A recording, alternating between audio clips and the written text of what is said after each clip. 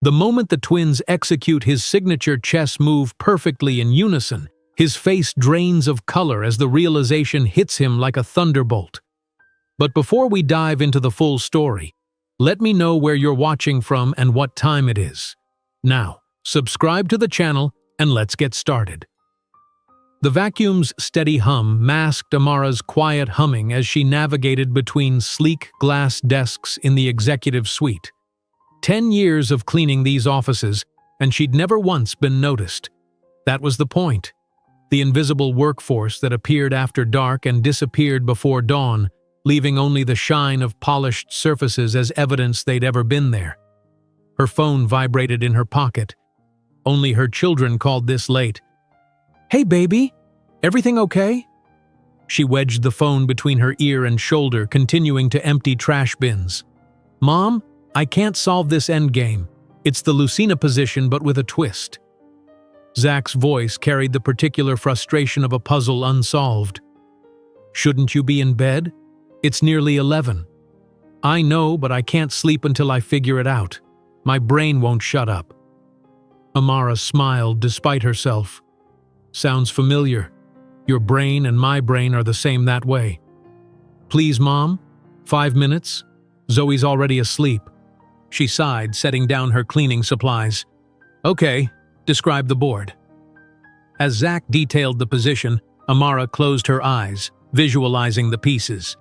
Chess had been her escape long before it became her children's passion. A world where background and bank accounts didn't matter, only the mind's capacity for strategy. "You're overthinking it, Zach. What's the first rule I taught you?" "Control the center," he recited. "And the second? A knight on the rim is, oh, I see it now. If I move the knight to e5 instead of the edge, I create a bridge." "Exactly. Now go to sleep before I ground you from chess club." "Love you, Mom. Love you more, baby." Amara slipped the phone back into her pocket, aware of the irony.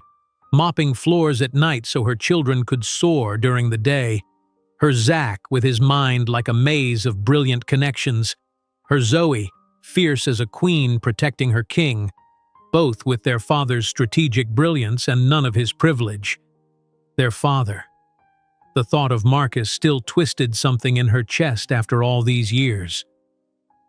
22 floors above in his penthouse apartment, Marcus Reynolds loosened his tie and poured himself 2 fingers of scotch, phone pressed to his ear. "Yes, Mother. I understand the Pierponts are disappointed." His voice remained measured despite the tension in his shoulders. "The acquisition makes strategic sense regardless of their feelings." "The Pierponts have been our allies for 3 generations, Marcus." Eleanor Reynolds' voice was like silk over steel. "Social capital matters as much as financial capital.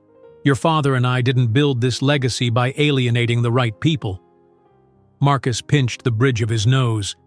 "Their daughter's disappointment that I didn't propose is hardly my responsibility. Vanessa is perfectly suitable, well-connected, proper education. I'm not discussing my personal life right now." He cut her off, a rare assertion that brought momentary silence from the formidable Eleanor Reynolds. "You're 38, Marcus. It's time to think about legacy." The word hit like a physical blow. Legacy. As if the Reynolds name and empire weren't enough. As if something essential was still missing.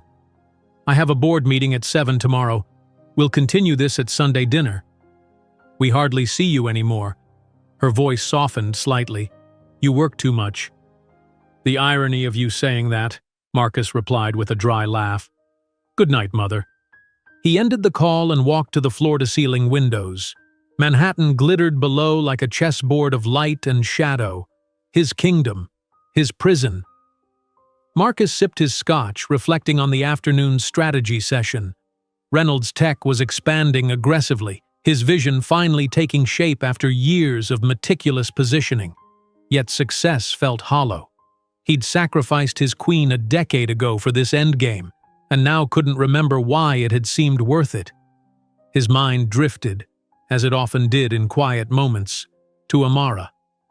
Where was she now? Had she found happiness? Had she forgiven him? The thought vanished as his phone lit up with notifications. Another crisis to manage. Another distraction from the emptiness. Amara finished the executive bathroom, restocking hand towels with practiced efficiency. The Reynolds Tower emptied early on Fridays, even the workaholics heading out for weekend plans.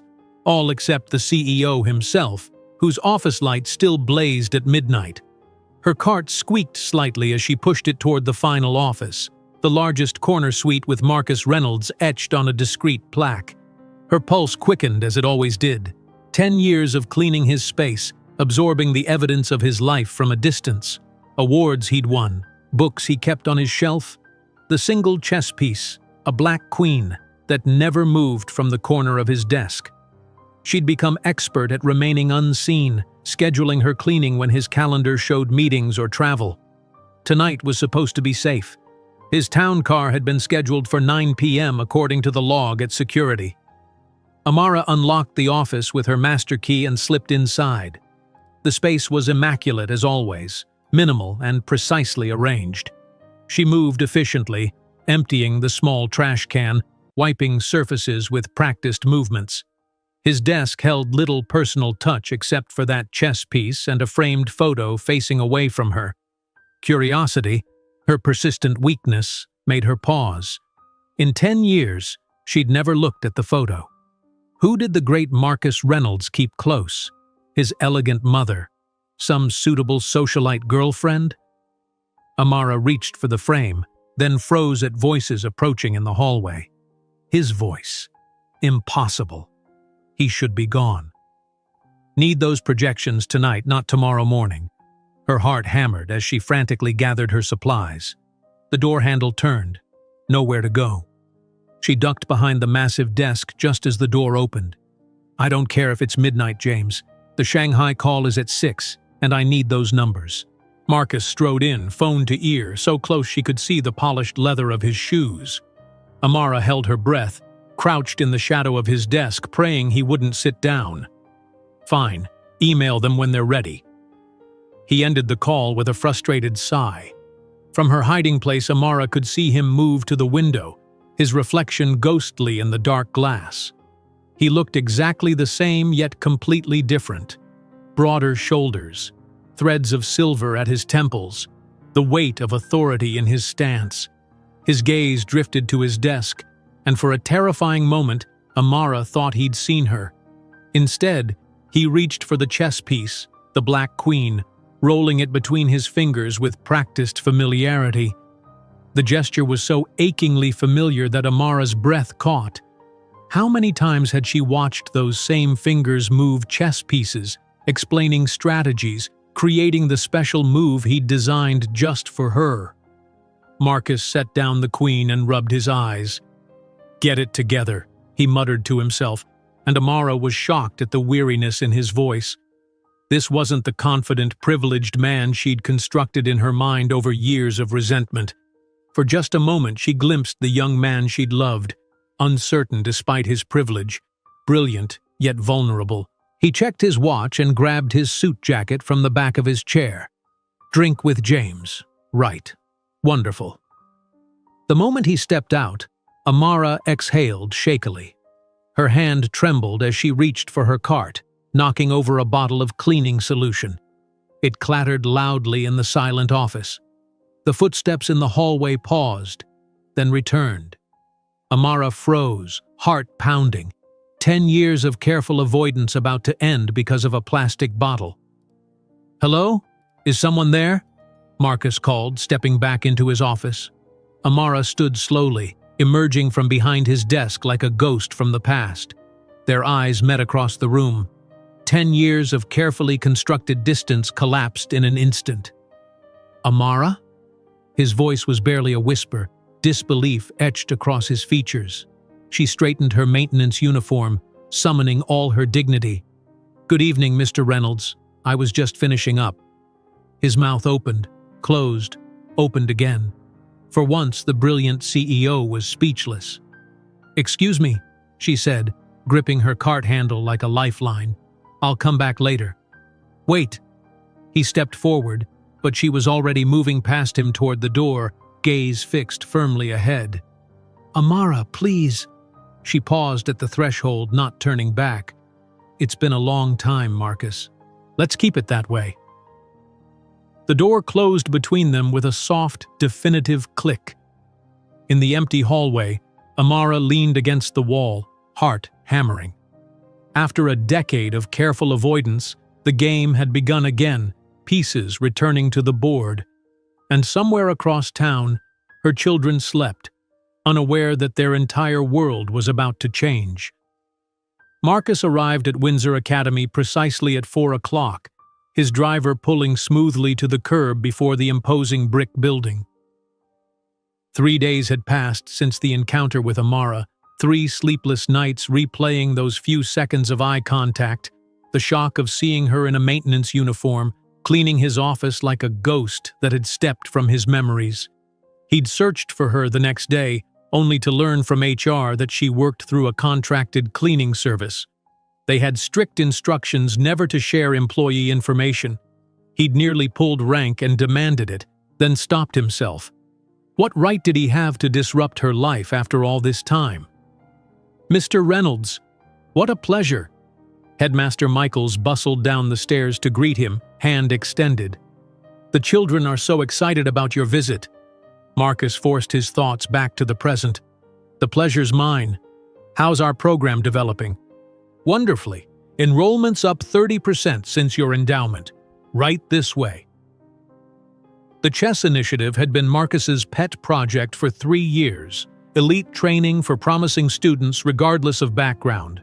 A program that might have changed his own life had it existed when he was struggling to balance his passion for chess with his father's expectations of business school. The classroom was arranged with a dozen chess tables, each occupied by students in Windsor's navy blazers. Their faces brightened as he entered, recognizing the benefactor whose name adorned their chess sets. "Afternoon, everyone," Marcus said, his public persona sliding into place. "Who's brave enough to challenge me today?" A forest of hands shot up. Marcus smiled, selecting a serious-looking girl with tightly braided hair. As they played, he offered suggestions, noting her solid foundational knowledge. "You've made excellent progress," he told the class afterward. "Keep developing your middle game, and you'll be ready for the state championships." "If I may," Headmaster Michaels interjected, "our students face strong competition from a community program in the Bronx. They've produced some remarkable young players." "Oh?" Marcus raised an eyebrow. "Twin prodigies, actually. African-American children, about 10 years old. The boy especially has extraordinary pattern recognition. They train at the East Bronx Community Center. Coach Rodriguez calls the boy a once-in-a-generation talent." Something tugged at Marcus's attention. "Twins, you say?" "Yes, they consistently dominate our students at tournaments. I mentioned your program might be a better fit for their abilities, but apparently they're quite loyal to their community center." Marcus checked his watch. "This community center, is it far?" The East Bronx Community Center stood in stark contrast to Windsor's manicured grounds, a weathered brick building with chain-link fencing around a cracked basketball court. Inside, the fluorescent lighting flickered sporadically over mismatched furniture and walls covered with children's artwork. Marcus felt conspicuous in his tailored suit as he followed the sound of snapping chess pieces and children's voices to a back room. He paused in the doorway, surveying the scene. About 15 children hunched over battered chess sets, their concentration palpable. His gaze was immediately drawn to one table where a girl with thick braids was locked in intense competition with a boy wearing round glasses. They played with lightning speed, their moves confident and precise. "Checkmate," the boy announced, adjusting his glasses with a small smile. The girl scowled. "You always use that knight sacrifice. I should have seen it coming." "Because it works, Zoe." The boy began resetting the pieces. "You always protect your queen too much. Sometimes you have to risk her to win. That's easy for you to say. You never get attached to your pieces." Something about their dynamic, their features, made Marcus's heart beat faster. They were striking children, the girl fierce and protective, the boy thoughtful and strategic. both with warm brown skin and intelligent eyes that seemed to absorb everything around them. An older man approached the twins. "Zach, Zoe, let's work on that Sicilian defense we discussed." Marcus stepped forward. "Excuse me, I hope I'm not interrupting." All three turned, the coach's eyebrows rising at the unexpected visitor in expensive clothing. "Can I help you?" he asked. "Marcus Reynolds." He extended his hand. "I sponsor the chess program at Windsor Academy." Recognition dawned on the coach's face. "Coach Rodriguez, we've competed against your students. They're well trained." "Not well enough, apparently." Marcus smiled, nodding toward the twins. "I understand these two are quite exceptional." The children exchanged glances, the girl, Zoe, narrowing her eyes suspiciously while the boy straightened with barely contained excitement. "You're from the fancy school?" Zach asked, eyes widening behind his glasses. "I support their program, yes." Marcus knelt to their level, an instinctive gesture that surprised even himself. "I heard you're extraordinary players. Would you mind if I watched you play?" Zoe crossed her arms. "Why?" "Zoe," Coach Rodriguez admonished gently. "It's a fair question," Marcus said. "I'm always looking for exceptional talent to support. Chess opened doors for me, and I'd like to do the same for others." "You play?" Zach asked eagerly. "Since I was about your age, though I suspect you might already be better than I was then." "I doubt it," Zoe said, but curiosity softened her suspicion. "You any good now?" Marcus smiled. "Only one way to find out." 10 minutes later, he found himself thoroughly challenged by Zach's unconventional approach. The boy played with intuitive brilliance, seeing patterns that emerged 5-6 moves ahead. His sister watched intently, occasionally whispering suggestions that revealed her own tactical mind. As they played, Marcus studied their features, something hauntingly familiar in the boy's furrowed concentration, the girl's sharp, assessing gaze. Both had the same deep brown eyes, high cheekbones, and determined set to their jaws. "Checkmate in 3, Zach announced. Marcus examined the board and laughed softly. "I believe you're right. Well played." "You let him win," Zoe accused. "I assure you I didn't." Marcus reset the pieces. "You both have extraordinary talent. Have you considered more advanced training?" Coach Rodriguez stepped closer. "These kids have raw talent but limited resources. The community center does what it can. I'd like to invite them to join a special training session at Windsor."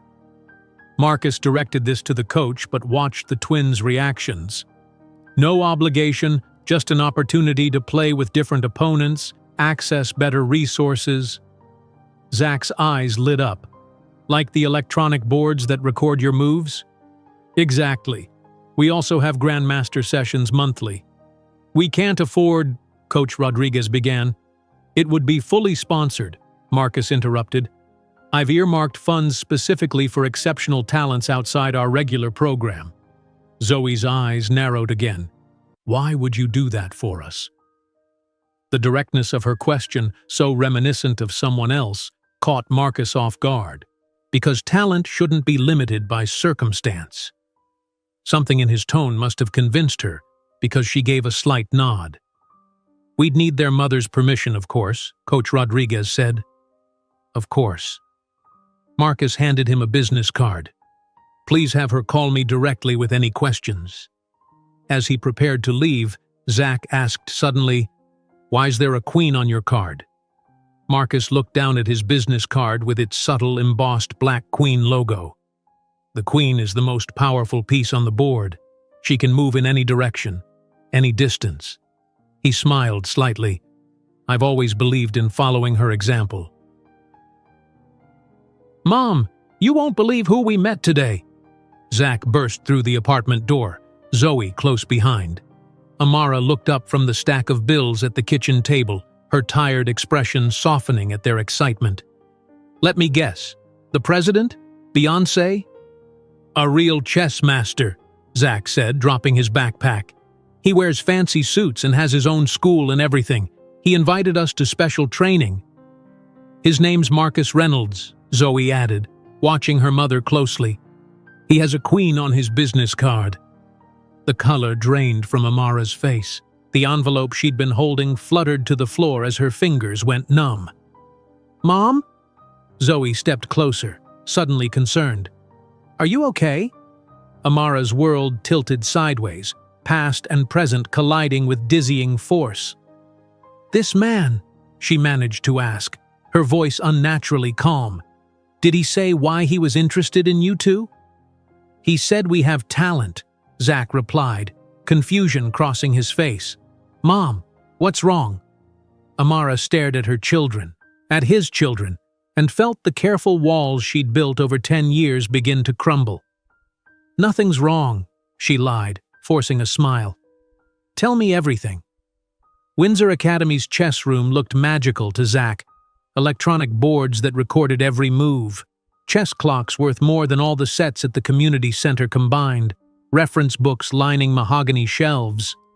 He adjusted his glasses, taking it all in while trying not to appear too impressed.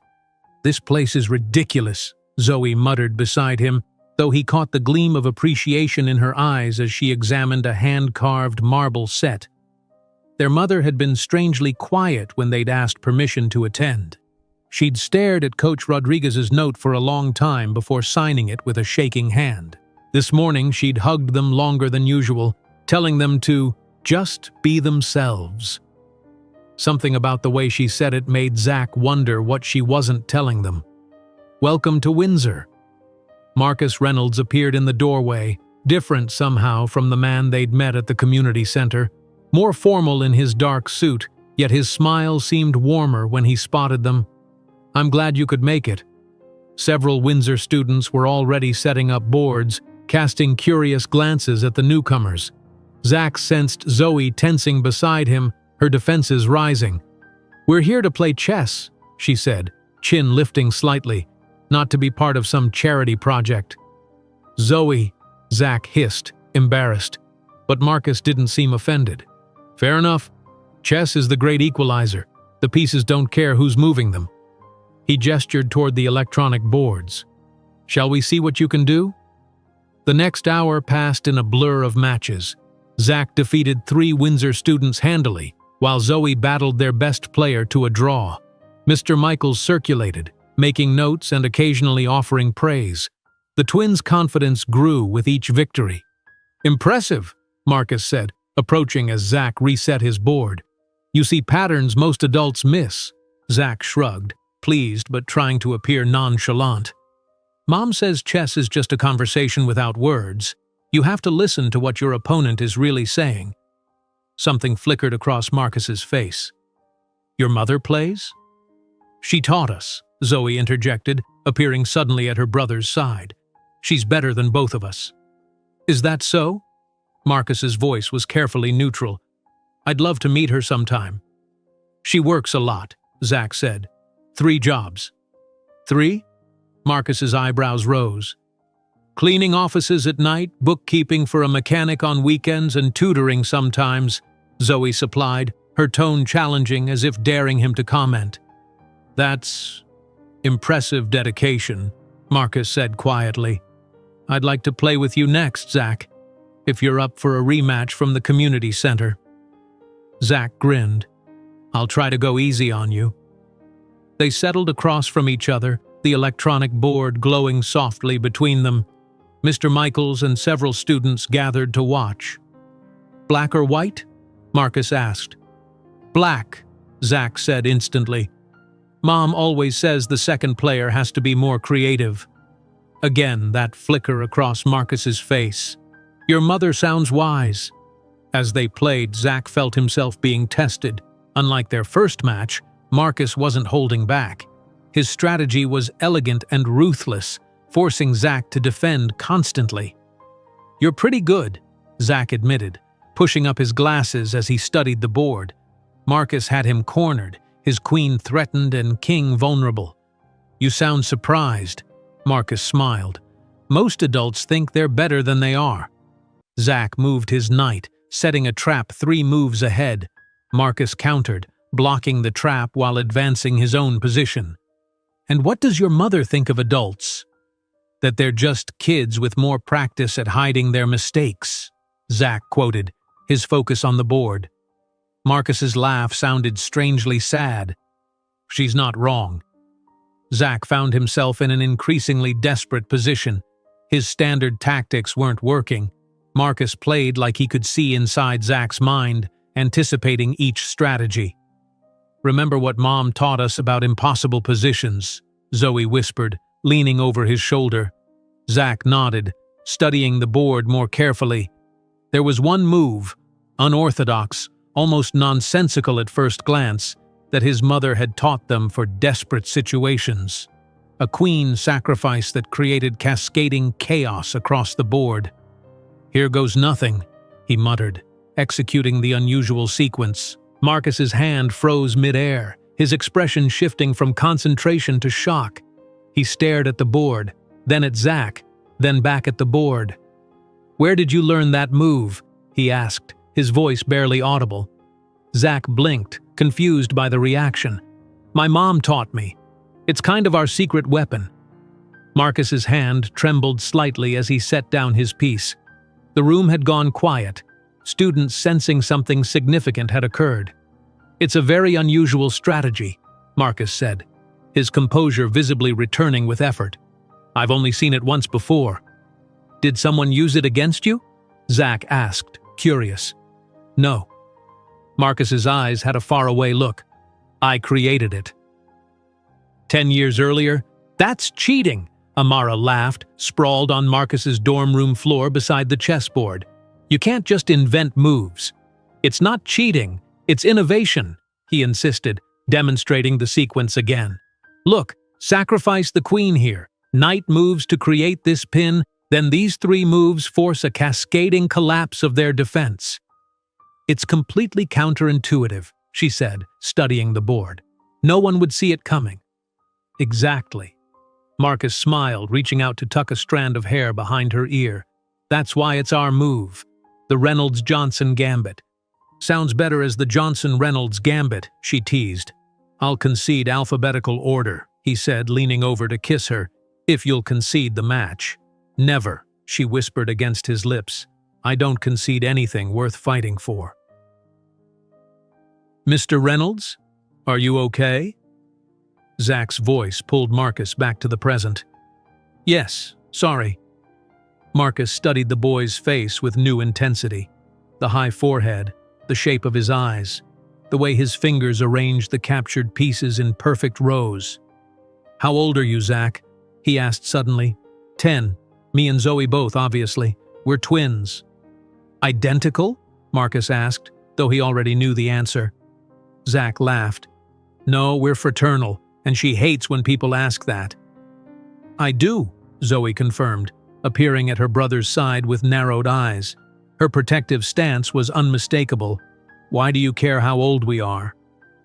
"Just curious about your chess development," Marcus said smoothly, though his heart raced. "Most prodigies start showing talent around 4 or 5. "Mom gave us our first chess set when we were 3, Zach said proudly. "She said I arranged the pieces correctly the first time she showed me." "Your mother," Marcus said carefully. "What's her name?" "Amara," Zach replied, oblivious to the significance. "Amara Johnson." Marcus felt the world tilt beneath him. 10 years, twins, the secret chess move he'd created and taught to only one person, Amara cleaning his office building at night. "Why are you asking about our mom?" Zoe demanded, her young face suddenly fierce. Marcus struggled to maintain his composure. "I like to know about the families of promising students. Speaking of which, where's your father? Does he play chess too?" A sudden silence fell between the twins. Zach looked down at the board while Zoe's expression hardened. "We don't have one," she said flatly. "Everyone has a father, biologically speaking," Marcus said gently. "Not us," Zoe insisted. "Just Mom. That's all we need." Marcus nodded, respecting her defensive stance while his mind raced with implications. "Of course, your mother sounds remarkable." As the session concluded, Marcus watched the twins gather their belongings. He pulled out his phone, scrolling to a photo he hadn't looked at in years. Amara laughing in Central Park, sunlight catching her face. He glanced from the image to the twins, noting the echoes of her features in both. Zoe's determined jawline, Zach's thoughtful eyes, and his own contributions, the shape of their foreheads, the way Zach's fingers moved with precise economy, the analytical tilt of their heads when concentrating. His children. It couldn't be coincidence. As they left, Marcus made a decision. After 10 years of careful strategy, it was time for a bold move. The service elevator in Reynolds Tower groaned to a halt at 2:13 a.m. Amara stepped out, rolling her cleaning cart ahead of her, shoulders tight with tension. She'd switched shifts with another cleaner, hoping to avoid the executive floor altogether. 3 nights of schedule juggling, all to avoid a conversation she'd been dreading for 10 years. She'd nearly called in sick when the twins came home raving about their session at Windsor Academy. Zach's excited description of playing against Marcus. Zoe's unusually quiet observations afterward. They'd noticed the resemblance. They were too smart not to. Questions would come soon. Amara pushed her cart down the quiet hallway, the fluorescent lights buzzing softly overhead. She'd finish the lower floors and be gone before sunrise. Tomorrow she'd call Coach Rodriguez, make up some excuse why the twins couldn't continue at Windsor. "Hello, Amara." She froze. Marcus stood by the water cooler, suit jacket discarded, tie loosened, looking like he'd been waiting for hours. He probably had. "Mr. Reynolds." She straightened, professional mask sliding into place. "I'm assigned to different floors tonight." "I know. I checked the schedule." He stepped closer. "You've been avoiding me." "I'm just doing my job." She gripped the cart handle tighter. "If you'll excuse me, they're mine, aren't they?" His voice was soft but carried the weight of certainty. "Zach and Zoe. They're my children." The corridor seemed to shrink around her. Amara had rehearsed this moment countless times, yet now found herself speechless. Denial would be futile. The secret chess move had betrayed her. Yes. The word hung between them, irrevocable. Marcus closed his eyes briefly, his composure wavering. When he looked at her again, raw emotion had replaced his usual controlled expression. 10 years, Amara. 10 years I didn't know I had children. You made your choice. Her voice remained steady despite the storm inside her. Your family, your position, your legacy. I didn't know you were pregnant. Would it have changed anything? She challenged. Would you have defied your parents, risked your inheritance, chosen us? His silence was answer enough. That's what I thought. Amara moved to push past him. Marcus caught her arm, gentle but insistent. You had no right to keep this from me. They're my children too. They became solely mine the moment you walked away. She pulled free of his grasp. I was 22, Marcus, pregnant with twins. You chose your world over ours. So this was punishment? His voice rose slightly. Keeping my own children from me for a decade? Protection, she corrected sharply. I was protecting them from feeling exactly what I felt when the great Marcus Reynolds decided his family's approval was worth more than our love. Marcus ran a hand over his face. My God, Amara, do you know what I've missed? First steps, first words, first nights without sleep, first fevers, first heartbreaks. Her calm facade cracked slightly. You missed the hard parts too, Marcus. The parts that forge you as a parent. They stood in tense silence, 10 years of unspoken words filling the space between them. How did you do it? He finally asked, softer now. Raise twins on your own while working like this? One day at a time. Amara's expression softened slightly at the thought of her children. They made it worthwhile. They're extraordinary. Pride crept into his voice. Zach has my analytical mind, but Zoe... He shook his head with a slight smile. She's you all over again, fierce, protective. They're the best of both of us, Amara admitted, without the worst. "Why cleaning?" he asked suddenly. "You were brilliant. Full scholarship to Columbia? You could have..." "Been what, Marcus? A single mother interviewing for corporate jobs with newborn twins, begging for flexible hours and affordable child care?" Bitterness edged her voice. "Cleaning paid the bills. Night shifts meant I could be with my children during the day." Shame crossed his features. "I could have helped. Should have helped." "Yes, you should have." The simple agreement landed harder than any accusation. Marcus leaned against the wall, suddenly looking exhausted. "What do we do now?" "Nothing changes," Amara said firmly. "They're my children. They're our children, and everything has already changed." His gaze hardened with determination. "I missed 10 years. I won't miss another day." "You can't just walk into their lives and claim fatherhood because it suits you now," Amara snapped. "Parenthood isn't a corporate acquisition." "I know that." He stepped closer, his voice dropping. "But I also know they deserve more than I can provide with occasional chess lessons, college funds, opportunities, relationships with their father. They've had everything they need, but not everything they deserve." His expression softened.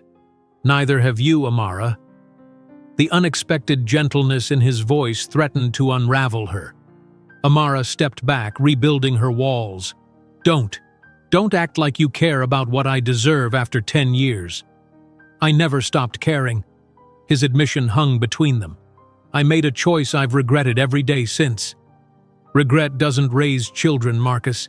"No, but I can help raise them now." He ran a hand through his hair, a familiar gesture from years ago. "We need to tell them. Together. They're not ready." "Are you sure it's them who aren't ready?" he challenged softly. Before she could answer, the elevator dinged. They both turned as the doors opened, revealing Zoe and Zach. "Mom?" Zach's voice echoed in the silent hallway, confusion written across his face. "What are you doing here?" Zoe demanded, her suspicious gaze darting between her mother and Marcus. Amara's heart stopped. "What are you two doing here? It's the middle of the night." "We couldn't sleep." Zach adjusted his glasses nervously. "We know you work here and thought we'd surprise you. The security guard knows us from when we sometimes bring you dinner." "He shouldn't have let you up," Amara said, moving toward them protectively. "Why are you talking to him?" Zoe pointed at Marcus, her expression accusing. "And why does he look like he's seen a ghost?" Marcus stood frozen, staring at the children, his children, appearing unexpectedly like manifestations of his thoughts. We were just..." "Mr. Reynolds had some questions about the cleaning service," Amara improvised, her voice steadier than she felt. "At 2 in the morning?" Zoe's eyes narrowed with the perceptiveness that always unnerved Amara. "It's complicated, sweetheart," Amara said, placing a hand on Zoe's shoulder. "Why are you both acting weird?" Zach looked between them, his analytical mind clearly processing the tension in the air. "Do you know each other?" The silence stretched uncomfortably. "Yes," Marcus finally said, his gaze meeting Amara's. "We know each other from a long time ago." "How?" Zoe demanded. Amara closed her eyes briefly, feeling the careful construction of her life beginning to crumble. "This isn't the place for this conversation." "Mom?" Zach's voice had gone quiet. "What's going on?" Marcus stepped forward, his expression gentle as he addressed the twins. "Your mother's right. This isn't the right place or time, but I think we all need to talk soon." "About what?" Zoe challenged, instinctively moving closer to her mother. "About chess," Marcus said simply, "and other things." Amara looked at her children's confused faces, then at Marcus. The silent question in his eyes was clear. Now or later. "Kids, let's go home," she said finally. "We'll talk there." As they rode down in the elevator, an awkward silence enveloped them. Zach kept stealing glances at Marcus, while Zoe maintained a protective position beside her mother. "Can I?" Marcus hesitated. Would it be all right if I came by tomorrow? To talk properly? Amara met his gaze over the twins' heads. A decade of separation, of choices and consequences, hung in the balance of her answer. 6 o'clock, she said finally. We have a lot to discuss. As the elevator doors opened to the lobby, Marcus remained inside. Good night, Amara. Good night, Zach and Zoe. Good night, Mr. Reynolds, Zach replied politely, while Zoe merely nodded. Amara led her children toward the exit, feeling Marcus's gaze on their backs. In the cool night air, Zach finally broke the silence. Mom, how does Mr. Reynolds really know you? Walking between her children, Amara took a deep breath. After 10 years of careful protection, the game had changed. The king was in check, and there was nowhere left to hide. Let's go home, she said quietly. There's something I need to tell you both. The walk-up apartment in the Bronx was a world away from Marcus's penthouse. 3 flights of creaking stairs led to a door with 3 locks and a peephole that had seen better days. Marcus stood outside, a bag of pastries in one hand, heart hammering in his chest. Inside, Amara surveyed the living room with critical eyes. Everything was clean but worn. The second-hand sofa with its carefully positioned throw blanket hiding a worn spot, bookshelves made from cinder blocks and wooden planks, walls covered with the twins' academic certificates and chess tournament ribbons. Not shameful by any means, but starkly humble compared to the world their father inhabited. Mom, you've straightened that picture frame like 50 times, Zoe observed from the kitchen table where she was pretending to do homework. It's just Mr. Reynolds. It wasn't just anything, and Amara knew her perceptive daughter sensed it. After returning from the tower last night, she'd told them only that Marcus was someone important from her past and they would discuss everything today. Neither child had slept much, Zach peppering her with questions she'd deflected, Zoe watching with suspicious eyes. 3 sharp knocks. Amara took a deep breath and opened the door. Marcus stood awkwardly in the hallway, looking both powerful and vulnerable in his casual weekend clothes, designer jeans and a simple black sweater that probably cost more than her monthly rent. Hi, he said simply. Come in. She stepped aside, hyper-aware of the twins watching from inside. Marcus entered, taking in the apartment with a carefully neutral expression. Thank you for seeing me. I brought breakfast. He held up the bakery bag like a peace offering. We already ate, Zoe said flatly from the table. Zoe, Amara admonished gently. I did, she insisted, though her eyes lingered on the bag from the fancy bakery they passed but never entered. I haven't, Zach admitted, approaching cautiously. Thanks, Mr. Reynolds. An uncomfortable silence fell as Marcus set the pastries on the kitchen counter. He seemed to be struggling for words, taking in the evidence of the life that had continued without him. School photos on the refrigerator, a growth chart marked on the wall, a collection of well-worn chess books. Please sit down, Amara finally said, gesturing to the living room area. Kids, come join us. They arranged themselves awkwardly, Amara and the twins on the sofa, Marcus in the armchair across from them. The coffee table between them might as well have been an ocean. I'm not sure how to begin, Amara admitted after another stretch of silence. Begin with the truth, Marcus said quietly. They deserve that much. Zach looked between them, eyes wide with dawning understanding. Did you two know each other in college? Amara nodded. Yes, we met in a theory of games class at Columbia.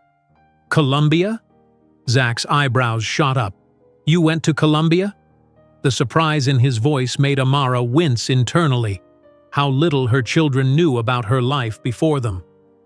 Your mother was brilliant, Marcus said. Full scholarship, double major in literature and mathematics. You never told us that, Zoe said, looking at her mother with confusion. There's a lot I haven't told you. Amara took a deep breath. Marcus and I were together for almost 2 years in college. Together like dating? Zach clarified. Yes. Amara's hands twisted in her lap. We were very much in love. Marcus's expression softened at her words, a flash of the past crossing his features. "What happened?" Zoe asked, her voice uncharacteristically small. "We came from different worlds," Marcus answered. "My family disapproved. I wasn't strong enough to stand up to them." "You broke Mom's heart," Zoe concluded, her protective instincts flaring. Marcus didn't flinch from her accusation. "Yes, I made the worst mistake of my life." "That's not the whole story," Amara interjected gently. She turned to her children, taking both their hands in hers. "After we separated, I discovered I was pregnant. With you." The words landed like stones in still water, ripples of realization spreading across the twins' faces. Zach spoke first, his analytical mind making the connection instantly. "He's our father." It wasn't a question, but Amara nodded anyway. "Yes." Zoe pulled her hand away, standing abruptly. "No, that's not possible." "It's true, Zoe," Amara said softly. "You're our father?" Zach stared at Marcus with new eyes, seeing his own features reflected back at him. "All this time? Did you know? At the chess club?" "No," Marcus and Amara said simultaneously. "I had no idea," Marcus continued, leaning forward, eyes pleading for understanding. "Your mother never told me." "Why?" Zach turned to Amara, hurt and confusion evident in his expression. Amara felt the weight of 10 years of decisions pressing down on her, because he had chosen his family's approval over our relationship. "I didn't want you growing up feeling like you were unwanted or rejected." "So you lied," Zoe accused, arms crossed tightly across her chest. "I protected you," Amara corrected gently. "Did you ever try to find us?" Zach asked Marcus. Marcus's expression darkened with shame. "I didn't know you existed until I saw Zach use that chess move, the one I created and taught only to your mother." "So you would never have known if we hadn't played chess with you?" Zoe's voice was razor sharp. "We'd still be nobody to you?" "Zoe," Amara began. "No, she's right to ask," Marcus interrupted. "The truth is, I don't know. I'd like to think our paths would have crossed eventually, but—" He spread his hands in a helpless gesture. "I can't change the past. All I can do is be here now."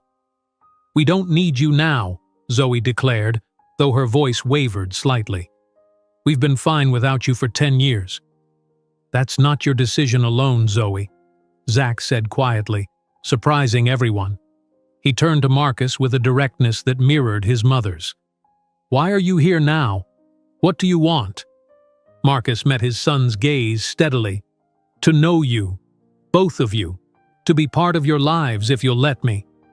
"And if we don't want that?" Zoe challenged. "Then I'll respect your wishes," Marcus said, though pain flashed across his features. "But I hope you'll give me a chance to earn a place in your lives." Silence fell again, heavy with unspoken emotions. Zach fidgeted with his glasses, his mind visibly racing with this new information.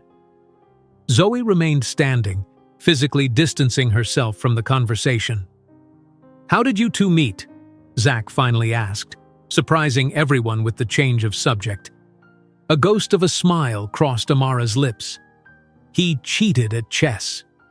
"I did not," Marcus protested, a flash of their old dynamic breaking through the tension. "I employed an unconventional strategy." "He sacrificed his queen in a completely illogical move," Amara explained, "then managed a checkmate in 7 moves. The Johnson-Reynolds gambit," Zach whispered, eyes widening. "That's where it comes from." Marcus nodded, a tentative smile forming. "Your mother insisted her name should go first because of alphabetical order." "And because I refined it," Amara added softly. For a brief moment, the years between them seemed to dissolve, a shared memory bridging the chasm. "Did you love her?" Zoe suddenly demanded of Marcus, her voice breaking the spell. "Really love her?" Marcus met her challenging gaze without hesitation. "More than anything. I still—" He stopped himself, glancing at Amara. Then why did you leave? Zoe pressed. Because I was a coward, he admitted simply. My parents threatened to disown me, cut me off from the family business, from everything I'd been raised to value. I thought I could live without your mother. His voice dropped. I was wrong. Zach moved closer to Marcus, studying his face with uncanny intensity. You have my eyes, or I have yours. And my terrible posture, Marcus added gently.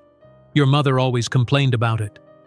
Still do, Amara murmured, watching the tentative connection forming between father and son. Zoe remained apart, observing with guarded eyes. What happens now? It was the question hanging over all of them, the next move in this unexpected game. That's something we all need to figure out together, Amara said, reaching out to her daughter. But nothing happens that you're not comfortable with, I promise. I won't rush anything, Marcus added. I've missed 10 years. I can be patient. Zach looked up at him with curious eyes. Do you have a chess set at your house? Several, Marcus answered, hope flickering across his features. Maybe, Zach glanced at his mother for permission. Maybe we could play sometime? I'd like that very much, Marcus said softly. From across the room, Zoe watched the exchange with mixed emotions. When Marcus looked her way, she didn't smile, but she didn't turn away either. It was a small concession, like a pawn moving forward just one space. But in the complex game unfolding between them, it felt like progress. 11 years ago, Columbia University. That's cheating, Amara laughed, reaching across the library table to swat Marcus's hand as he moved his knight. It's strategy, he countered, grinning. Not my fault you can't see 5 moves ahead. Oh, I see exactly what you're doing. She leaned forward, lowering her voice conspiratorially. You're sacrificing your knight to distract me from your queen's advance. Marcus's eyebrows rose. Am I that transparent? Like glass. Amara captured his knight with a triumphant smile. You Reynolds men think you're so clever. And you Johnson women are terrifyingly perceptive. His eyes lingered on her face, admiration plain in his expression. Want to get out of here? The cherry trees are blooming in the quad. Amara glanced at her stack of books. I have a literature midterm tomorrow. 20 minutes. Fresh air helps memory retention. It's science. Is it now, Mr. Business School? She rolled her eyes but began packing up. 20 minutes.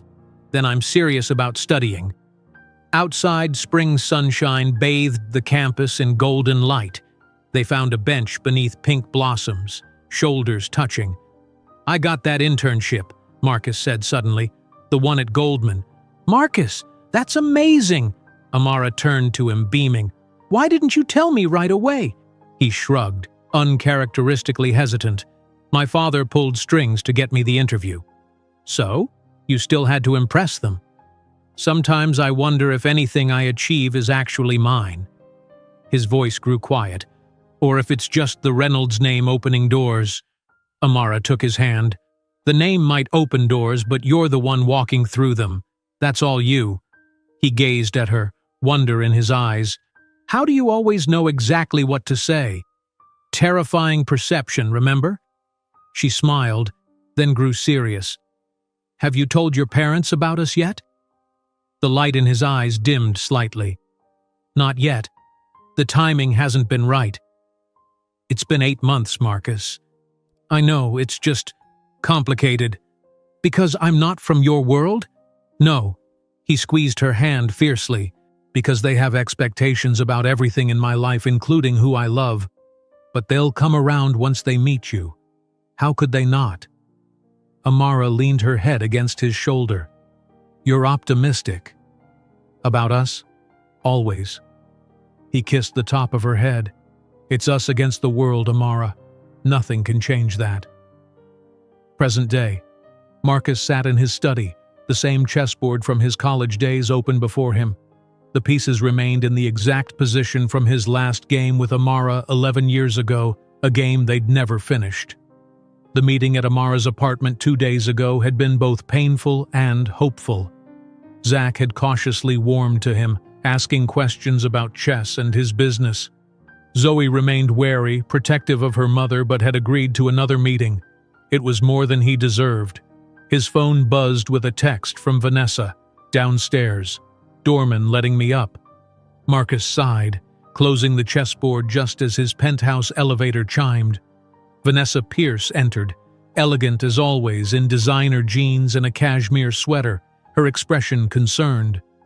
"You've been avoiding me," she said without preamble. "I've been busy." He kissed her cheek, the gesture suddenly feeling performative. "Too busy to return calls for 3 days?" She studied his face. "What's going on, Marcus? You canceled dinner with my parents. You've been distracted at work. James says you missed the Shanghai call yesterday." Marcus poured himself a scotch, not offering her one. "It's complicated. Try me." She sat on the sofa, crossing her legs. "Is it another woman?" The irony of her question nearly made him laugh. In a manner of speaking, Vanessa's perfectly composed expression faltered. "What does that mean?" Marcus sat across from her, turning the crystal tumbler in his hands. "I found out I have children, twins, a boy and a girl. They're 10. Vanessa stared at him, momentarily speechless. "That's impossible. You would have told me." "I didn't know myself until a week ago." He took a sip of scotch. "Their mother never told me." "Who is she?" Vanessa's voice had gone very quiet. "Someone from college. We were serious once." "How serious?" Marcus met her gaze directly. "I was going to propose." 10 years ago, Greenwich, Connecticut. "She's pregnant?" Eleanor Reynolds's voice cut through the ornate dining room like ice. "And you believe this is your responsibility?" Marcus stood rigid before his parents, the small velvet box heavy in his pocket. "It's not a responsibility, Mother. It's my child. Our child. I love her." William Reynolds set down his fork with deliberate calm. "Marcus, be reasonable. You're 24. You're just starting at the firm. This situation can be handled discreetly." "Handled?" Marcus stared at his father in disbelief. "You mean paid off? Hidden away? This is the woman I want to marry." "The cleaning woman's daughter?" Eleanor's perfectly manicured hand trembled slightly as she reached for her wine. "A girl from the Bronx with no connections? No background?" "She's brilliant. Full scholarship to Columbia. Double major." "This isn't about her academic achievements," Eleanor interrupted. "It's about suitability.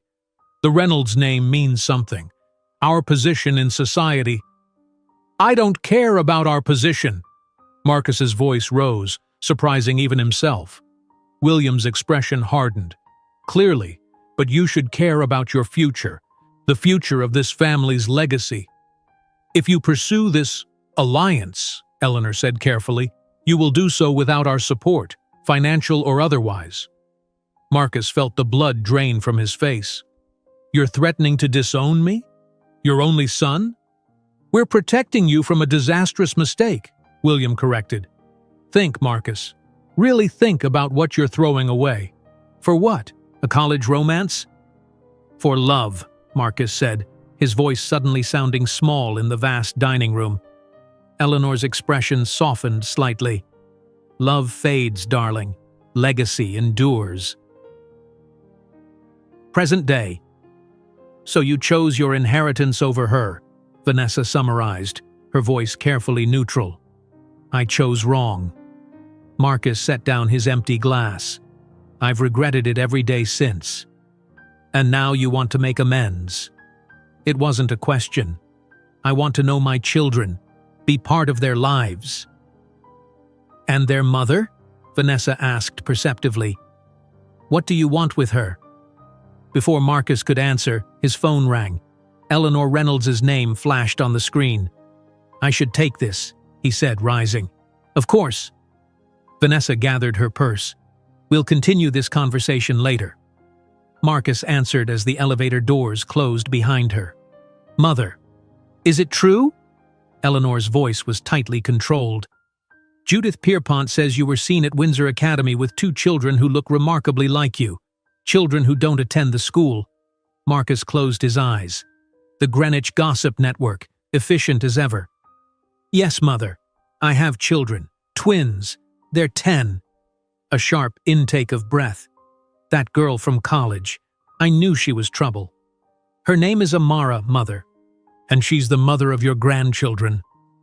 Silence stretched between them, decades of expectations and disappointments hanging in the balance. You will bring them to dinner on Sunday, Eleanor finally said. Your father and I wish to meet them. It wasn't a request. That's not my decision alone, Marcus replied carefully. Amara has full custody. Then persuade her. 6 o'clock. Don't be late. Eleanor paused. And Marcus? Come alone first. We should discuss how to handle this situation. The call ended, leaving Marcus staring at his phone. Some things never changed. Did he talk about us? Before? Zach asked, helping Amara fold laundry on the kitchen table. When you were together? Amara smiled sadly, smoothing one of his t-shirts. We were young. We didn't talk about children. But you loved him? Yes. She paused, honesty compelling her forward. Very much. Then why did you keep us a secret from him? Zach's expression was troubled, not accusing. Amara sat down, choosing her words carefully. When someone shows you they'll choose comfort over love once, it's hard to believe they won't do it again. People can change, Zach offered. They can, she agreed. But back then, I needed certainty, not possibility. I had 2 tiny babies depending on me. From the doorway, Zoe spoke up unexpectedly.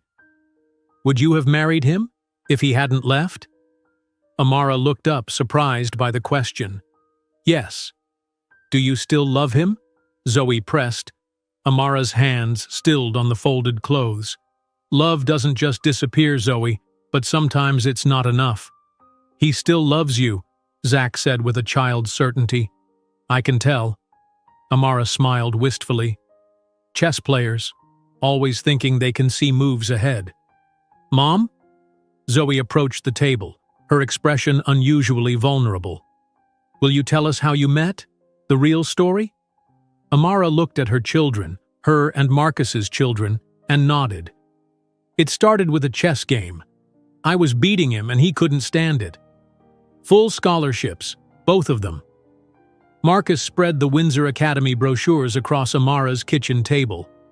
They'd start immediately, private tutoring to catch them up on any gaps. The chess program, of course, but also advanced mathematics for Zach, creative writing for Zoe. Stop. Amara held up her hand, eyes fixed on the glossy photos of manicured lawns and brick buildings. Just stop. Marcus paused, watching her carefully.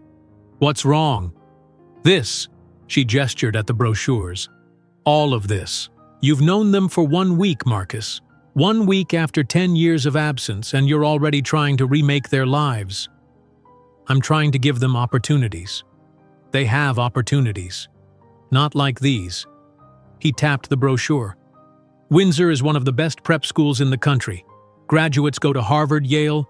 I know what Windsor is, Amara interrupted. I also know my children are doing just fine at their current school. With all due respect to PS 118, Marcus said carefully. They deserve more. Zach's math skills are already at high school level. Zoe's writing, don't tell me about my children's abilities. Amara's voice was quiet, but firm. I've nurtured those abilities for 10 years while working 3 jobs, without Windsor Academy, without your money. Marcus ran a hand through his hair, visibly frustrated. This isn't about undermining what you've done. It's about what I can do now, for them. From the hallway, Zach's voice interrupted. I want to go. Both adults turned to see the twins standing in the doorway. Zach stepped forward, glasses slipping down his nose as he picked up a brochure. They have a robotics lab, he said, eyes wide, and an observatory. Zach, we haven't decided anything, Amara began. Why not? He asked, looking up at her with genuine confusion. "It's a better school." "It's complicated, honey." "Because it's his money?" Zach glanced at Marcus. "But he's our father. Isn't that what fathers do? Help with stuff like school?" The simple logic of a 10-year-old cut through the tension. Marcus seemed to hold his breath, waiting for Amara's response. "It's not that simple," she said finally. "It could be," Marcus suggested quietly. Zoe, who had remained silent, finally spoke. "It's a rich kids' school. We'd never fit in." "You'd be surprised," Marcus said, turning to her. "There are scholarship students from all backgrounds." "Token diversity?" Zoe challenged, the sophisticated concept startling from a 10-year-old's mouth. Marcus's eyebrows rose. "Actually, yes, to some extent. But the education is still excellent." Amara gave him a grudging look of respect for his honesty. "I want to stay with Mom," Zoe declared, crossing her arms. "You'd still live here," Marcus clarified. "It's not a boarding school." "But we'd be in that world," Zoe persisted. "Your world." The divide, the chasm between their lives, hung in the air between them. "I'll think about it," Amara said finally. "That's all I can promise right now." Marcus nodded, accepting the small victory. "That's fair." "Can I keep this?" Zach asked, holding up the brochure. "Of course." Marcus smiled at his son. "There's an open house next week if you'd like to see it." "Mom?" Zach looked to Amara with pleading eyes. "We'll see," she said, though her expression had softened. As Marcus prepared to leave, Zoe approached him, her small face serious. "My mom's smart. Really smart. She could have gone to fancy schools too." "I know," Marcus said gently. "She was the brightest person in our class at Columbia. Then why is she cleaning your office?"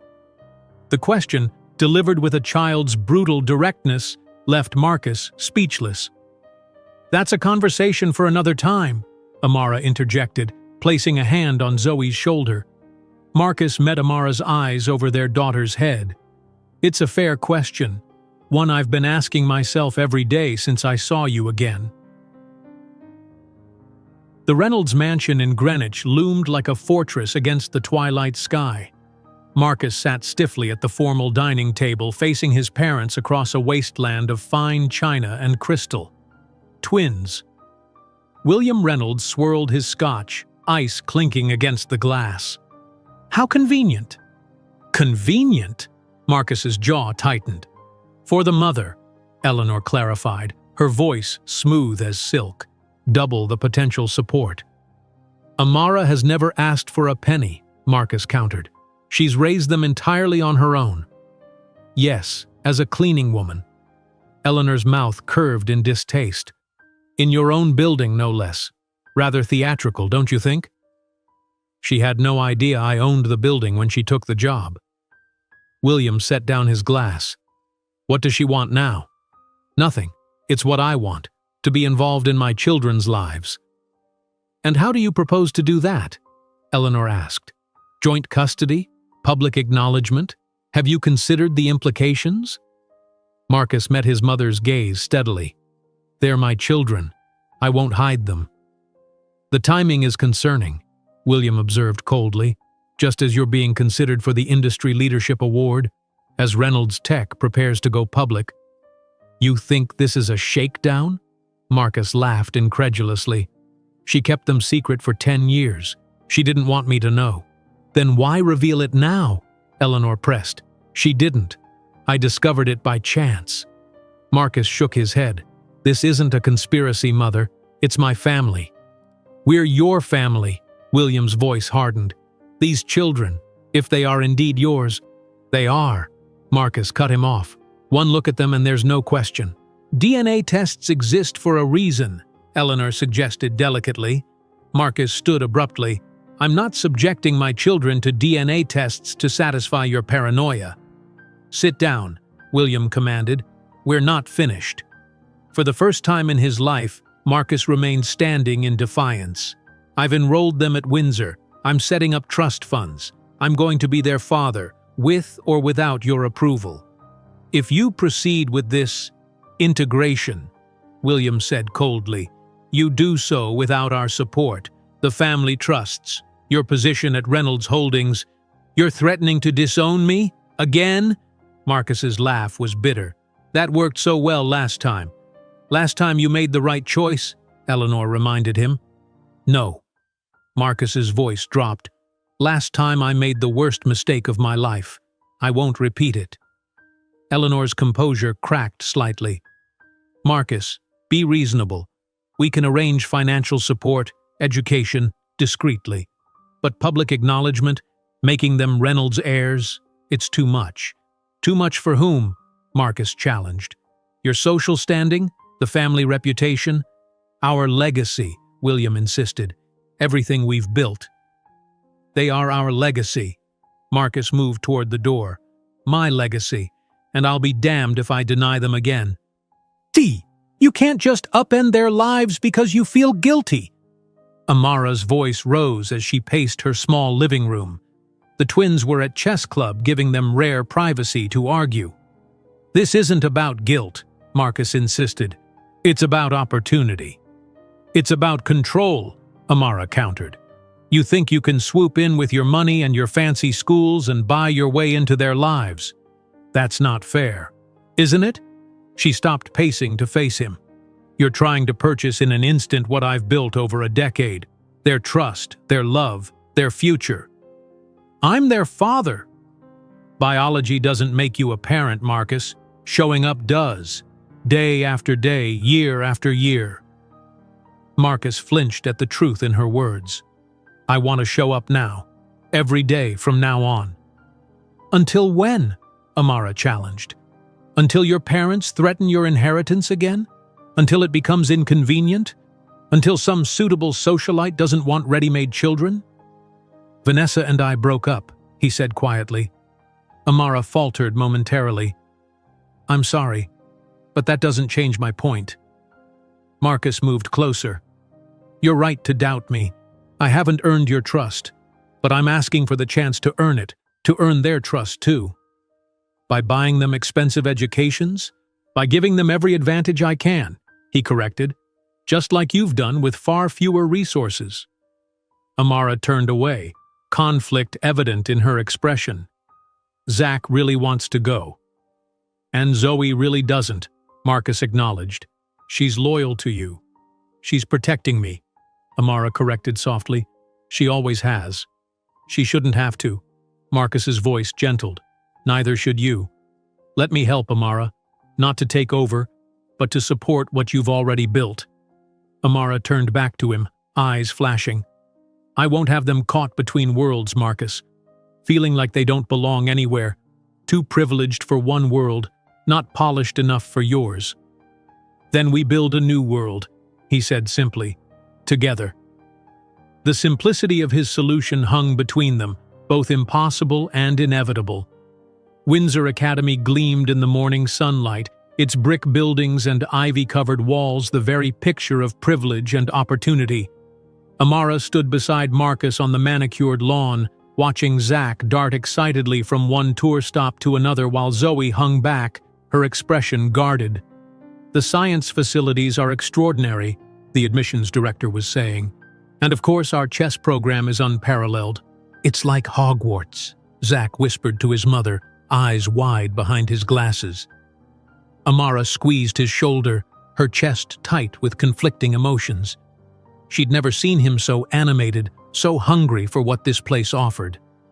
Beside her, Marcus radiated quiet pride as the director mentioned the school's prestigious alumni. Mr. Reynolds has been one of our most generous benefactors, the woman added with a practiced smile. Any children of his would be most welcome additions to our community. Zoe stepped closer to her mother, slipping her small hand into Amara's. Can we go soon? She whispered. Just a little longer, honey, Amara murmured, though she understood her daughter's discomfort. This world, Marcus's world, was as foreign to them as another country. As the tour concluded in the headmaster's office, the adults spoke in careful tones about enrollment procedures and scholarship details while the twins waited outside. Both children show exceptional promise, the headmaster said, reviewing their transcripts. Zachary's aptitude for mathematics is particularly noteworthy. And Zoe? Amara asked, noticing the omission. The headmaster adjusted his glasses. She's certainly bright, but her academic record shows some inconsistencies. Her language arts scores are exemplary, but she seems to struggle with authority at times. She's independent, Amara said, a defensive edge creeping into her voice, and perceptive. Of course, he backpedaled smoothly. We value independent thinking, with proper guidance. My daughter doesn't need proper guidance, Amara interrupted. She needs teachers who recognize her intelligence, not just her compliance. An awkward silence fell. Marcus cleared his throat. Both of my children would be assets to Windsor, he said firmly. We'd expect them to be treated with equal opportunity and respect. The headmaster nodded quickly. Absolutely, Mr. Reynolds. That goes without saying.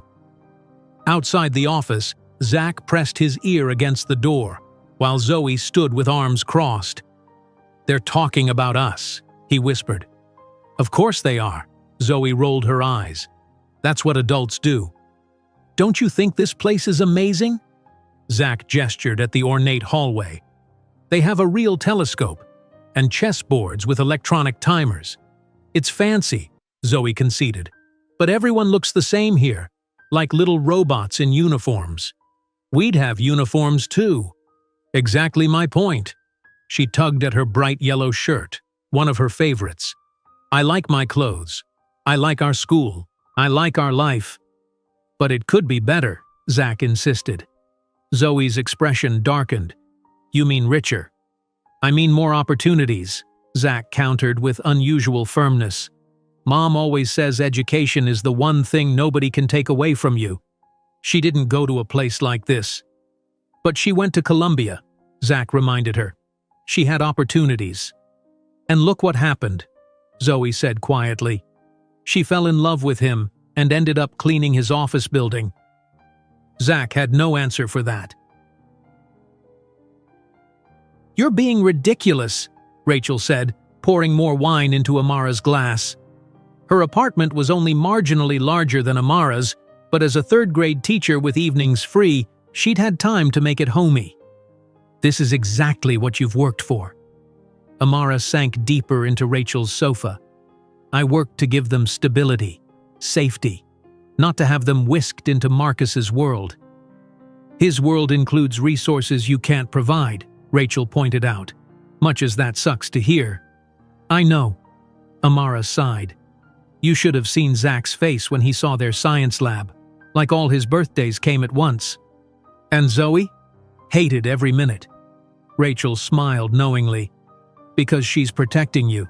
She's 10. It's not her job to protect me. Tell that to her. Rachel took a sip of wine. Look, I've taught enough kids to know when one is carrying adult burdens. Zoe's been the co-parent in your house for years. That's not fair, Amara protested weakly. It's not a criticism. You've done an amazing job as a single mother. But Zoe feels responsible for your happiness. She thinks if they embrace Marcus, or his world, they're betraying you. The truth of Rachel's words stung. Amara stared into her wine glass, seeing her own reflection fragmented by the dark liquid. What if they love his world more than mine? She finally voiced her deepest fear. What if I lose them to private schools and summer homes and everything I couldn't give them?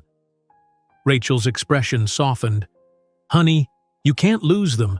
You're their mother. But your job isn't to keep them in your world. It's to prepare them for any world they might want to enter. Even one that rejected me? Especially that one, Rachel said gently, because you're strong enough to give them what you were denied. The chess set between them was an antique, carved ivory pieces on a marble board. Marcus had brought it to Amara's apartment as a gift for the twins, but they were asleep now, the adults left alone with cooling tea and unspoken words. They've been offered full scholarships, Marcus said, moving a pawn forward. Both of them. No strings attached. Amara countered with her knight. There are always strings. Not from me. His bishop advanced. Windsor was impressed with them on their own merits. Zach wants to go. She moved her queen cautiously. Zoe doesn't. I know. Marcus studied the board. We could let them make different choices. And separate them? Amara shook her head. They've never been apart. Sometimes different paths are necessary, Marcus said quietly, for growth. Their eyes met across the board, both knowing they weren't just talking about the twins. I'm afraid, Amara admitted, her voice barely above a whisper. Of what? That they'll become strangers to me, that they'll grow to prefer your world, that they'll look at me, at my life, and feel shame. Never. Marcus reached across the board, his hand covering hers. They adore you. Anyone can see that. Children change, especially when exposed to wealth and privilege. Not their core. His thumb traced small circles on the back of her hand. Not when they have a mother like you grounding them. The simple touch sent warmth spreading up Amara's arm. How long had it been since someone had touched her with such tenderness? The sensation was both familiar and new, like revisiting a beloved book after many years. What happened to us, Marcus? She asked suddenly. The real version, not the one I tell myself to stay angry. His eyes darkened with regret. I chose wrong. I was young and afraid and weak. I let my parents dictate my life because it was easier than fighting. And now? Now I know what matters. His gaze held hers. Too late, perhaps, but I know. The air between them seemed to thicken, years of hurt and longing crystallizing into this quiet moment. Marcus leaned forward slightly, his intent clear in his eyes. Amara pulled her hand away, the spell broken. The children are what matters now, she said, her voice steadier than she felt. Marcus nodded, accepting her boundary. Always. She touched her queen piece, then deliberately moved it into a vulnerable position, a sacrifice that would open the board for a more advantageous play. They can attend Windsor, she said quietly. Both of them, on a trial basis. Marcus understood the significance of both her chess move and her words. Thank you. I'm not doing it for you, she clarified.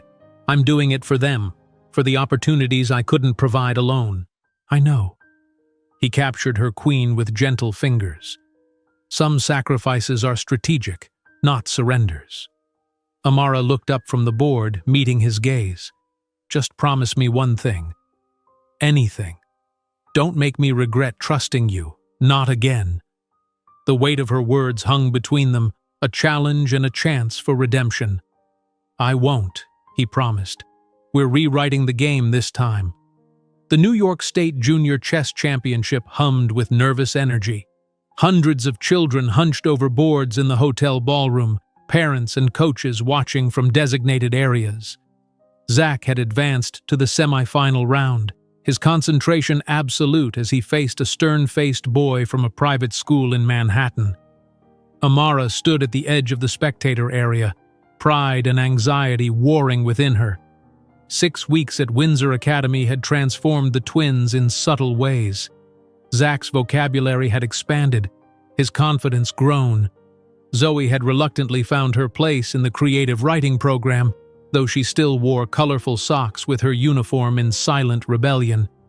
He's going to win, Marcus said quietly, appearing beside Amara. Look at his positioning. She nodded, not taking her eyes off her son. The Sicilian defense. He's been practicing it for weeks. With considerable success. Marcus smiled.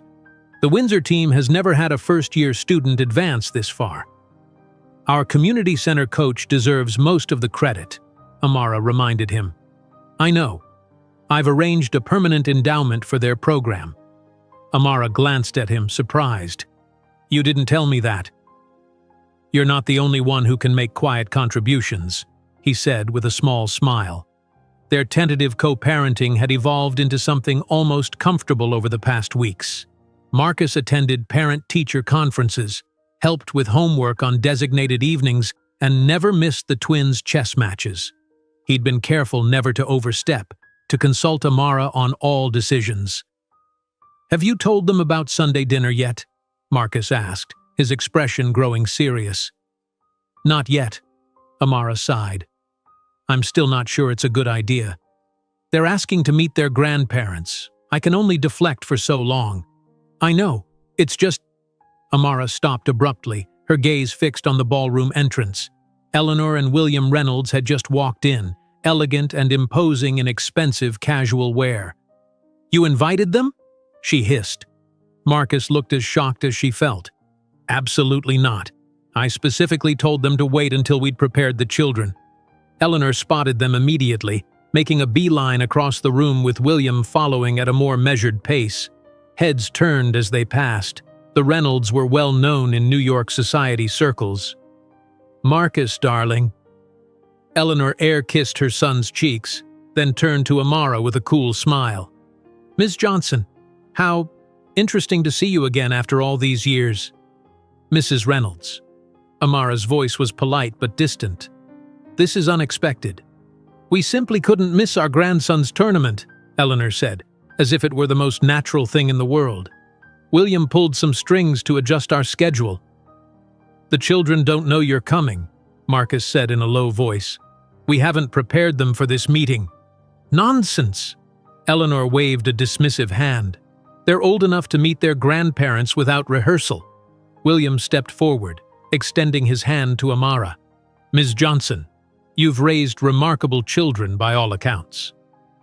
The grudging compliment caught Amara off guard. She shook his hand briefly. "Thank you." "Where's our granddaughter?" Eleanor asked, scanning the crowd. "Zoe's with her team," Amara answered. "She lost in the quarterfinals but stayed to support her brother." "Lost?" Eleanor's eyebrows rose slightly. "How disappointing." "She placed 8th in the state," Marcus countered sharply, "at her first major tournament. Of course, dear, that's commendable." Eleanor's tone suggested anything less than victory was failure, a Reynolds family value Amara remembered all too well. Across the room, Zach made his final move. His opponent's shoulders slumped in defeat. Applause rippled through the spectators. "He won!" Amara's face lit up. "Finals," Marcus said proudly. "Incredible." As Zach made his way toward them, Zoe appeared from the crowd and intercepted him, giving her twin a fierce hug. They approached together, Zach grinning widely, Zoe protective at his side. "Mom, did you see that endgame?" Zach asked excitedly. "I trapped his queen exactly like we practiced." "You were brilliant, baby." Amara hugged him tightly. "Well done, Zach," Marcus added, resting a hand on his son's shoulder. Zach beamed at the praise, then noticed the strangers. His smile faltered as he sensed the tension in the air. "Zachary, Zoe," Marcus said carefully. "These are my parents. Your grandparents." Eleanor stepped forward with a practiced smile. "Well, aren't you both lovely? The Reynolds features are quite evident." Zoe moved imperceptibly closer to her mother. "We have our mom's eyes," she said pointedly. "Indeed." Eleanor's smile tightened. "Among other qualities, I'm sure." "Congratulations on your victory, young man," William addressed Zach. "The finals tomorrow will be challenging." "I'm ready, sir," Zach replied, the formality sounding strange from his young mouth. "Such good manners," Eleanor commented with a meaningful glance at Amara. "Despite circumstances." The implication hung in the air like a thundercloud. Marcus's jaw tightened. "Mother," he warned quietly. "What?" Eleanor's innocence was theatrical. "I'm complimenting Ms. Johnson's parenting." "No, you're not," Zoe said suddenly, her young voice clear and firm. "You're being mean to my mom while pretending to be nice. Adults do that a lot." A shocked silence fell over the group. Eleanor's face flushed. "Young lady, that's no way to speak to—" "Zoe's right," Marcus interrupted, "and I won't have my children subjected to passive-aggressive commentary about their mother." Eleanor blinked, clearly unused to being challenged. "Marcus, really? I'm merely observing—" You're merely continuing the same prejudices that separated me from my children for 10 years, Marcus said, his voice low but intense. And I won't allow it anymore. William stepped forward, his expression hardening. This is neither the time nor place for this discussion. Agreed, Marcus said. Children, why don't you go with your mother to get some refreshments? I need a moment with your grandparents. Amara hesitated, but the determined set of Marcus's jaw told her this was a conversation he needed to have alone. She ushered the twins away, though Zoe kept glancing back worriedly. Once they were out of earshot, Marcus turned to his parents. That will never happen again. We were perfectly civil, Eleanor protested. Civil? Marcus laughed harshly. You insulted their mother to her face in front of them. We're merely concerned about appearances, William said stiffly. This sudden family you've sprung on society, the questions it raises. I don't care about appearances or society's questions, Marcus said firmly. Those children and their mother are my family, my priority. You have responsibilities to the Reynolds name, William reminded him. My responsibility is to my children, Marcus countered. If you can't accept them, and Amara, with genuine respect and love, then you won't be part of their lives. Or mine. Eleanor paled. You don't mean that. I've never meant anything more, Marcus said quietly. I made the wrong choice once. I won't make it again. Across the room, Amara stood in line at the refreshment table, the twins distracted by cookies. She nearly jumped when Eleanor appeared beside her. May I speak with you privately? The older woman asked. Amara hesitated, then nodded to Zoe that she'd be nearby. She followed Eleanor to a quiet corner.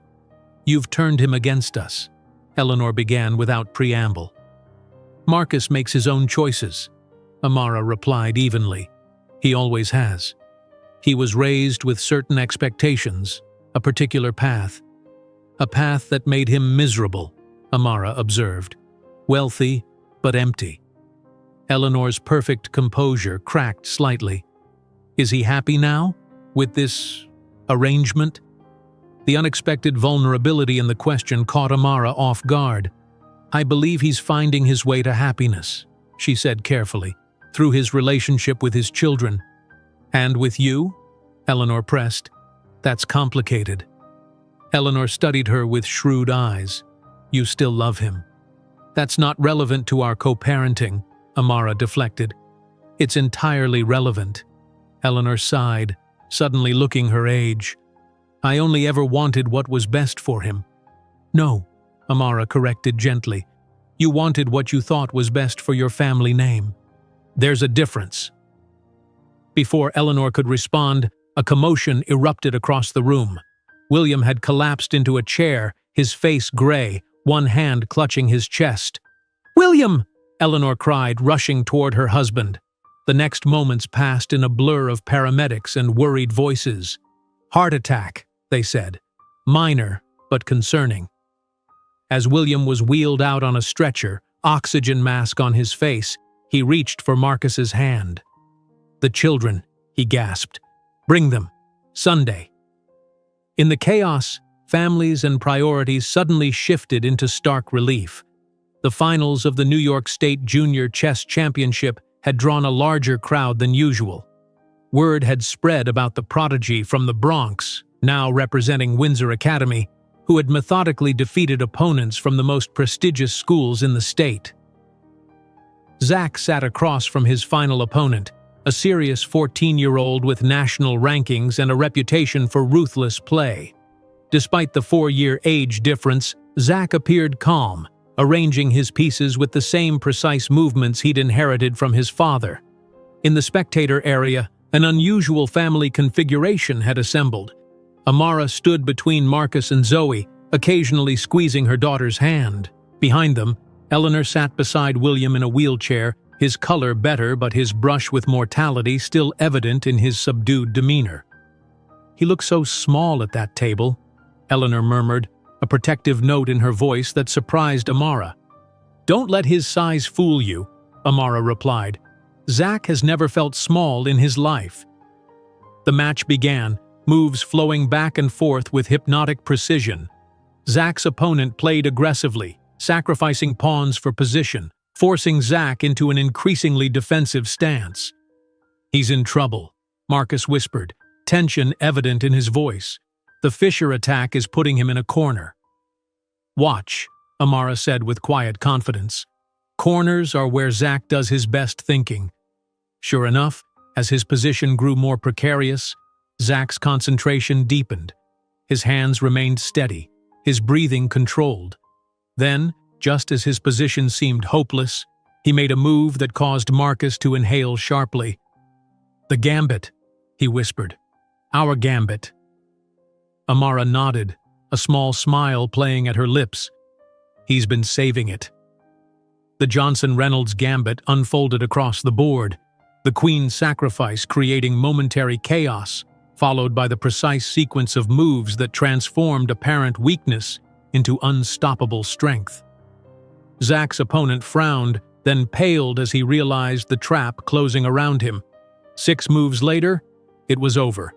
The audience burst into applause as Zach extended his hand across the board, his expression serious but eyes shining with victory.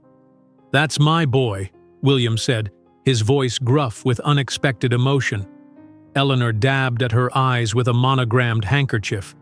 "He plays like you, Marcus. The same strategic patience." "He plays like both of us," Marcus corrected, glancing at Amara. "The precision is mine, but the creativity, the willingness to risk everything on a bold move, that's all Amara." As medals were awarded and photographs taken, the adults watched with various degrees of pride and wonder. Zoe stood beside her brother on the podium, her earlier resentment temporarily overshadowed by fierce pride. "Did you see how confused that other kid looked?" she crowed as they rejoined the adults. "Like his brain broke." "The Johnson-Reynolds gambit claims another victim," Marcus laughed, ruffling Zach's hair. "Johnson-Reynolds," William repeated thoughtfully.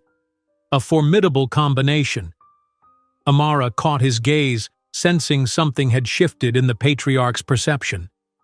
His near-death experience seemed to have rearranged his priorities, softening the rigid edges of his prejudice.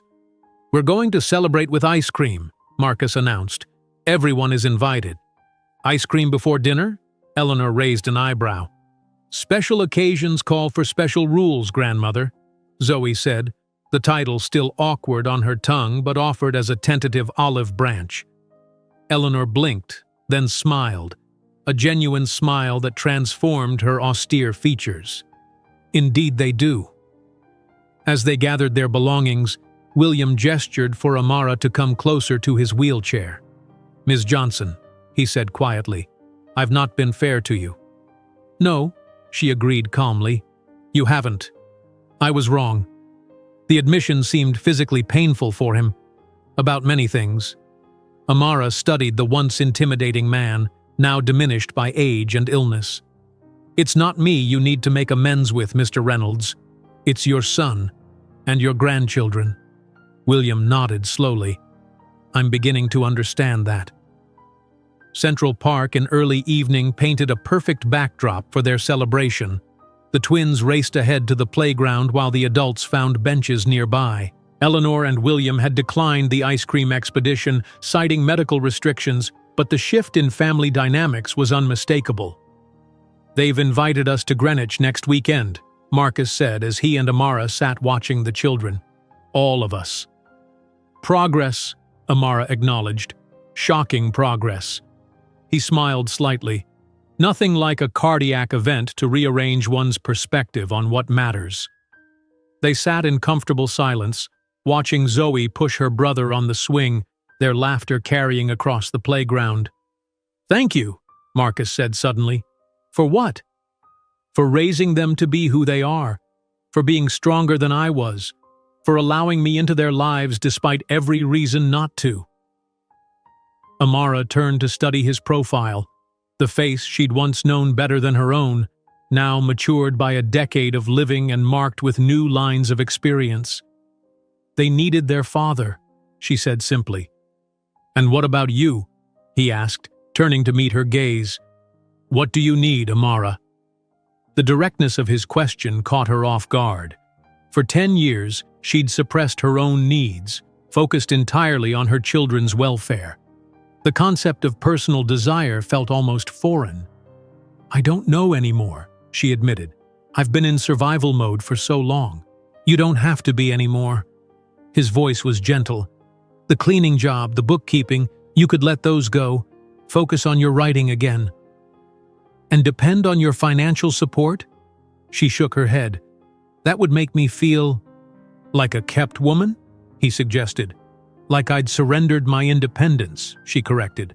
"The one thing that sustained me." What if it wasn't surrender but partnership? Marcus's gaze was steady. What if we found a way forward that respected what we've both become over these 10 years? Co-parenting, you mean? I mean more than that. He hesitated, then continued carefully. "I've never stopped loving you, Amara. Not for a single day. But I don't expect you to feel the same. Too much has happened." Amara looked away, watching her children, their children, playing in the fading light. "I taught myself not to love you," she said quietly, "as a matter of survival. But lately—" "Lately?" he prompted when she didn't continue. "Lately I'm remembering why it was so hard to stop." She met his eyes again. "But we can't just pick up where we left off, Marcus. We're different people now." "I know." He nodded. "I'm not asking for that. I'm asking if we could start something new, slowly, on equal footing this time." "The same social barriers still exist," she reminded him.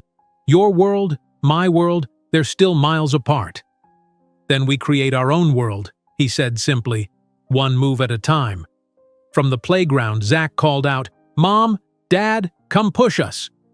The simple domestic title, Dad, still new on their son's lips, hung in the air between them. Marcus's eyes glistened briefly. "Duty calls," Amara said with a small smile, rising from the bench. Marcus caught her hand as she stood. "I'm not asking for an answer now. Just think about it." Her fingers curled around his briefly. "I will."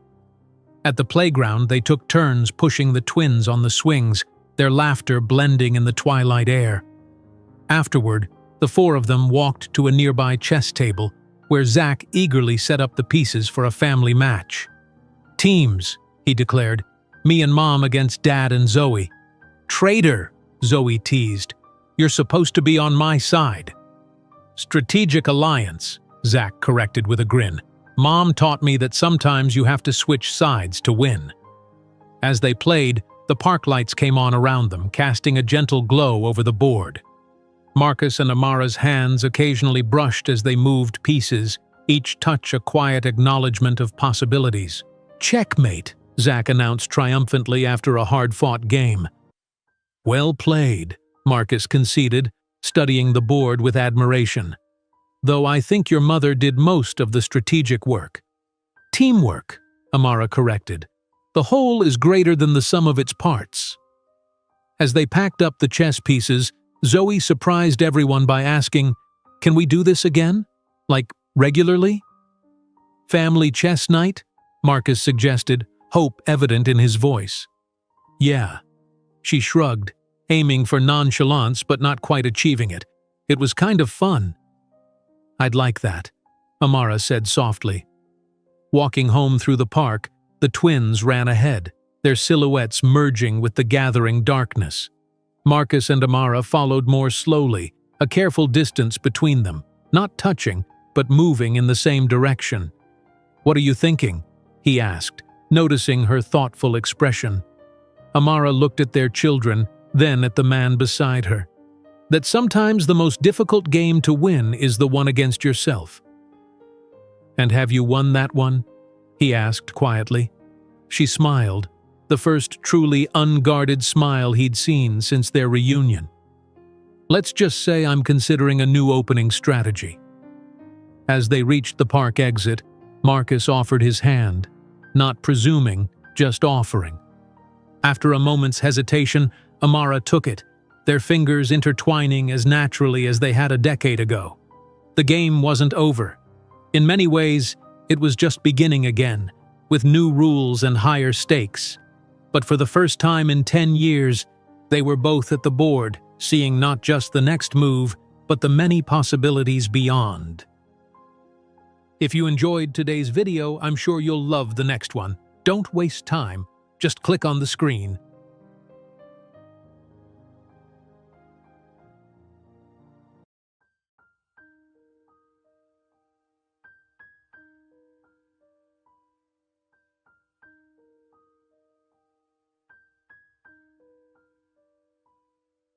Hey, Thrive Sphere family. If these stories resonate with you and inspire you to believe in the power of resilience and justice, we need your support to keep the momentum going. Hit the subscribe button, join our sphere, and make sure you never miss another empowering story. Like and share. If you enjoyed today's video, hit the like button and share this message of hope and accountability with your network. Turn on notifications. Don't waste time. Click the notification bell so you're always the first to know when a new story drops. Your support helps us continue sharing narratives that spark dialogue, push for change, and show the true meaning of thriving against the odds. Let's keep the conversation going. Subscribe to Thrive Sphere today.